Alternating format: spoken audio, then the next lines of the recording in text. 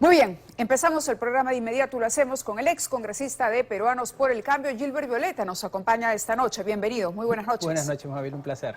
Un placer, al tiempo que lo vemos. A los años. A los años que lo vemos, y claro, era importante invitarlo para comentar la audiencia del día de hoy en la que Pedro Pablo Kuczynski ha negado que el indulto otorgado a Fujimori se debiese a una componenda, a una compra de votos para evitar su vacancia. Lo cierto es que un día como hoy, hace 4 años, no 23, sino 21 de marzo, Pedro Pablo Kuczynski renunció a la presidencia cuando se veía venir un proceso de vacancia. Renunció ante una inminente vacancia, ¿no? Exacto. Ante un inminente desafuero. O sea, era claro que si es que él iba al día siguiente al Congreso, el Congreso lo iba a vacar. Eso era. Es más, la resolución alude en cierta manera a eso.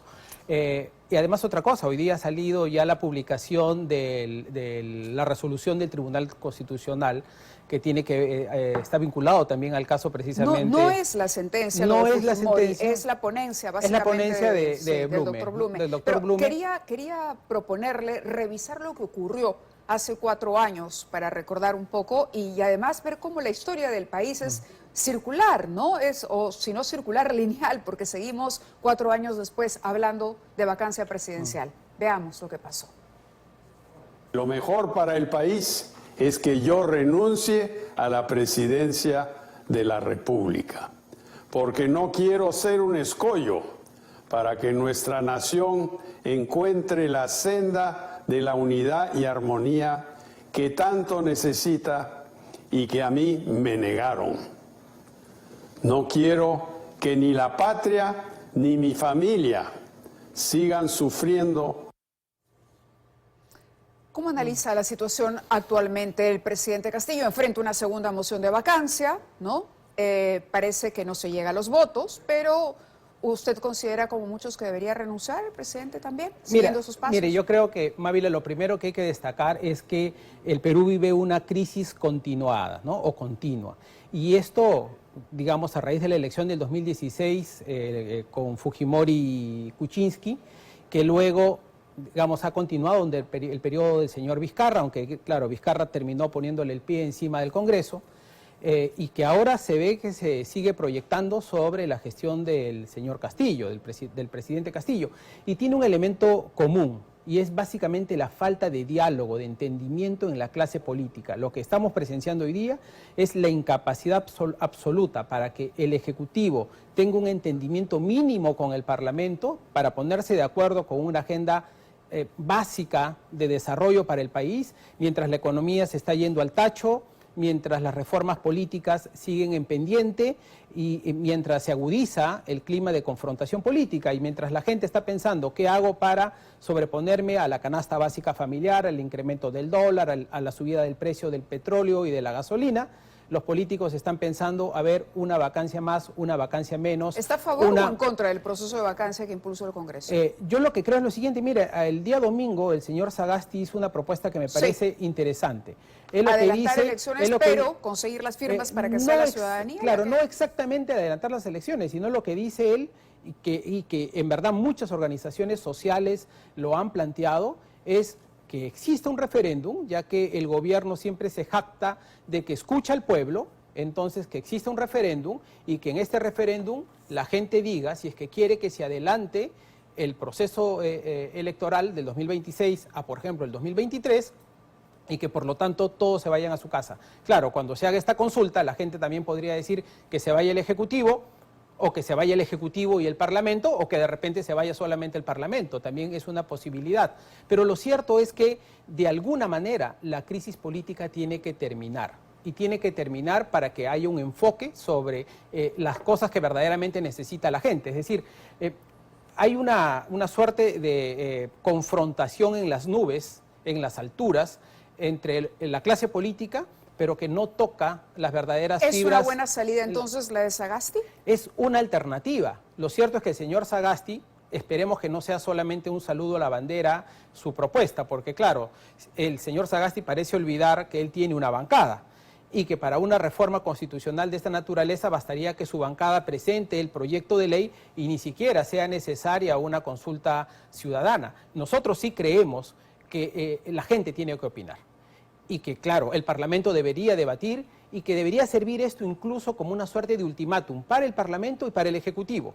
Es decir, que mientras la gente está recolectando sus firmas para decir, oigan, si ustedes no se ponen de acuerdo, si no se entienden, si no resuelven estas crisis y si el Ejecutivo no hace un giro de calidad, porque el problema del Ejecutivo es un entrampamiento en malos nombramientos, en cuestionamientos delictivos, una serie de cosas, entonces la ciudadanía les va a terminar diciendo que se vayan todos. A la bancada del presidente Sagasti. Bueno, la bancada lo que ha pedido es la renuncia del presidente Castillo como una salida a la crisis, es decir, que haga o que tenga un gesto de desprendimiento ante los cuestionamientos al gobierno. Pero lo que ha dicho el señor Sagasti es diferente. Lo hizo Pedro Pablo Kuczynski. Lo que ha dicho el señor Sagasti es, sí, es que distinto, se vayan todos. Pero la bancada no, pero la bancada claro, le pide la renuncia y ahí al es donde tú te das cuenta de que el sentimiento de los parlamentarios es diferente a lo que pueden creer los líderes políticos. Claro, son 3 congresistas los de la bancada los que están pidiendo sí, pero han presentado ya varios proyectos de ley, fácilmente se agencian de 2 o 3 firmas más de otras bancadas y presentan un proyecto de ley. ¿Es una salida también o la descarta? ¿La de la renuncia del presidente no sería una salida también a la crisis? Es sin lugar a dudas una alternativa. Lo que ocurre es que seamos realistas, el presidente no va a renunciar porque se lo pide el señor Sagasti o porque una bancada presenta un proyecto de ley. El presidente va a renunciar si es que en el momento que existan pruebas fehacientes sobre una incriminación delictiva que va más allá solamente, digamos, de la información periodística, sino de la labor que pueda hacer o el Ministerio Público o el propio Parlamento. En el Parlamento se han formado diversas comisiones investigadoras sobre el caso del señor Castillo y no existe, hasta donde entiendo, ningún informe incriminatorio sobre el caso del señor Castillo, ni sobre la calle Zarratea, ni de los nombramientos militares, etcétera. Entonces, la pregunta es, oigan, si es que tienen tanto apuro por sacar al señor Castillo, ¿por qué no han ya emitido alguno de sus informes con conclusiones y pruebas? ¿Por qué se quedan solamente en el enunciado?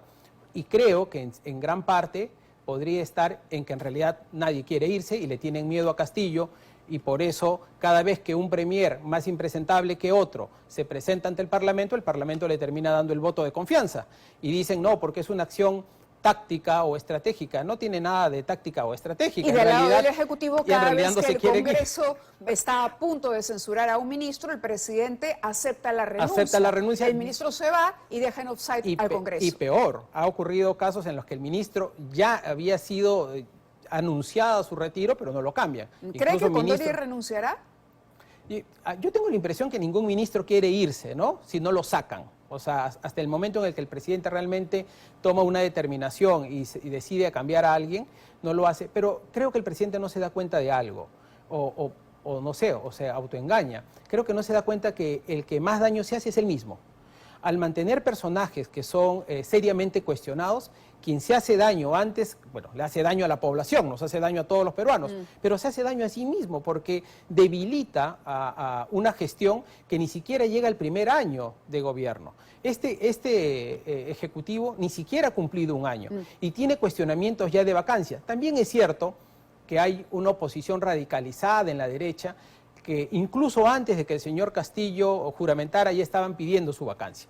También es cierto, y creo que eso también termina haciéndole daño al sistema democrático. Porque claro, si es que el hombre ni siquiera había juramentado y estaban diciendo que se vaya, entonces eso no parece muy sano para el sistema político, ¿no? Pero yo creo que lo principal es crear un sistema o hacer las reformas políticas y constitucionales que necesita el país que permitan que muchos de estos conflictos se resuelvan de una manera institucional. Por ejemplo, sí creo que hay que hacer reformas constitucionales para que el Parlamento se renueve por mitades, no por tercios, por mitades, a mitad de la gestión. Eso permitiría que, por ejemplo, se descompriman los conflictos políticos cada cierto tiempo. Hay una propuesta en ese sentido. Hay una propuesta de Adriana Tudela, que va a estar con nosotros también. Ella vendrá en unos momentos, pero yo le había dicho al público que el día de hoy Pedro Pablo Kuczynski reapareció en el contexto de esta audiencia en la que precisamente se le pide contar cómo fue que indulta o toma la decisión de indultar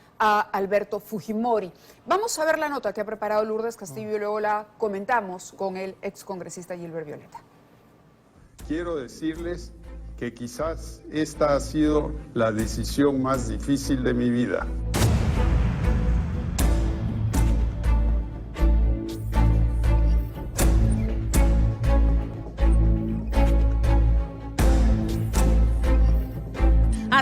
ahora han sido casi 3 años de prisión domiciliaria que ha cumplido el expresidente Pedro Pablo Kuczynski, impedido de dar declaraciones a los periodistas. PPK reapareció hoy como testigo en la investigación a Kenji Fujimori por la presunta concertación de votos por la no vacancia a cambio del indulto a su padre.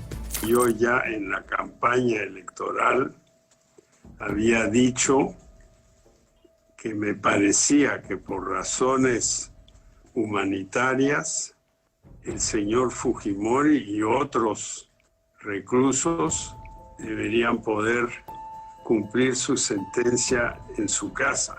Y lo anuncié públicamente varias veces.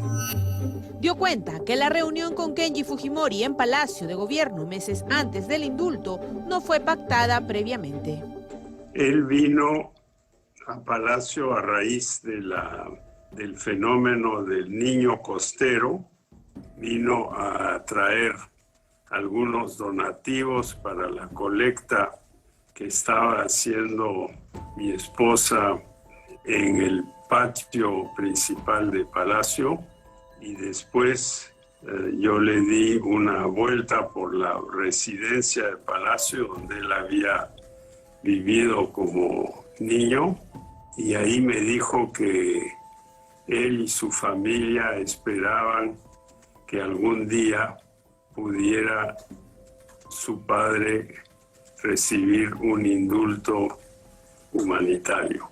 O sea, alrededor de febrero o marzo 2017. Lo que se ha reafirmado el día de hoy con su declaración ante la Corte Suprema es que el señor nunca se reunió con ninguno de los congresistas del denominado grupo Los Avengers, nunca coordinó con ninguno de ellos para ningún tipo de favorecimiento, ni para ofrecerles obras, ni para ofrecerles ningún tipo de preventa. PPK viene siendo investigado desde finales del 2017 por el delito de lavado de activos, en el caso de su empresa Westfield Capital, que habría recibido dinero de Odebrecht. Sin una acusación de por medio, se le han dictado una serie de medidas restrictivas como la prisión preventiva, que en su caso cumple desde el 2018 como domiciliaria por la edad que tiene. Ha sido aislado de su familia, amistades, no puede trabajar, se le han incautado todos sus bienes, se le han congelado las cuentas bancarias, está prohibido de dar todo tipo de declaraciones a la prensa. El señor Kuczynski acude a todas y cada una de las citaciones cuando es convocado, no ha faltado ninguna.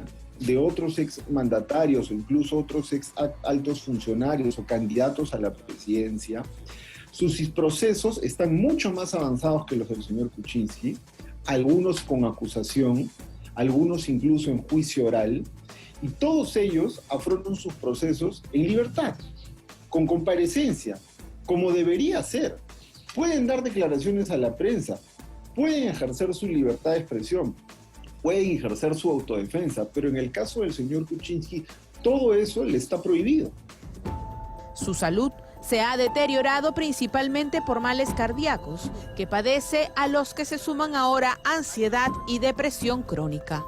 A mediados de abril terminará la prisión preventiva de 36 meses en contra del presidente, que renunció antes de que tuviera lugar el segundo intento de vacancia en su contra.